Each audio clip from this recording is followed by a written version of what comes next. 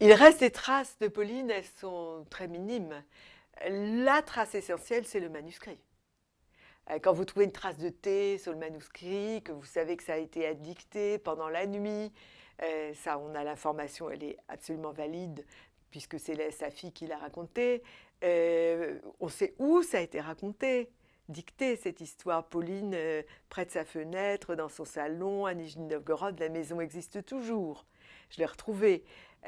Quand vous avez aussi des éléments précis de lieux, vous pouvez aller sur les lieux.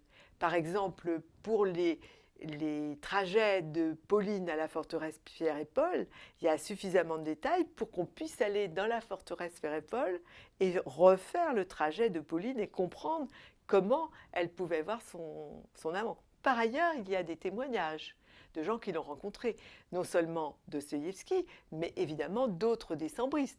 Une femme décembriste, notamment Maria Volskonskaya, la princesse, qui a écrit ses mémoires, qui parle d'elle. Certains décembristes ont laissé des indications sur elle, et la trace essentielle, ce sont les lieux. Et puis des peintures. On a plusieurs portraits de Pauline par ce fameux peintre Bestoujev, qui était un décembriste qui a fait une quantité de portraits des femmes décembristes et des décembristes. Ces portraits, si vous les analysez, sont très éclairants. Il y avait un portrait de Pauline jeune par Bestoujev, il a disparu. Je rêve que des descendants de Pauline en France, la famille Jeuble, cherchent dans ses archives et le retrouvent parce que peut-être qu'ils ne savent pas que c'est leur ancêtre. Elle avait envoyé son portrait à sa mère, vraisemblablement. Et puis, on n'est pas à l'abri, et tant mieux, de découverte de lettres, de manuscrits. J'ai beaucoup cherché, son passeport, je ne l'ai pas trouvé.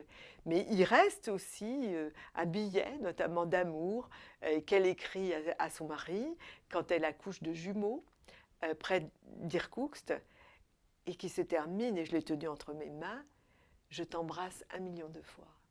Et ils ont déjà eu 6 ou 7 enfants. C'est quand même extraordinaire. On a l'impression, quand on lit ce billet très rapide, elle a accouché quelques heures avant, hein, dans des conditions terribles. On a l'impression dans ce billet très court, de tenir la matière même de leur passion.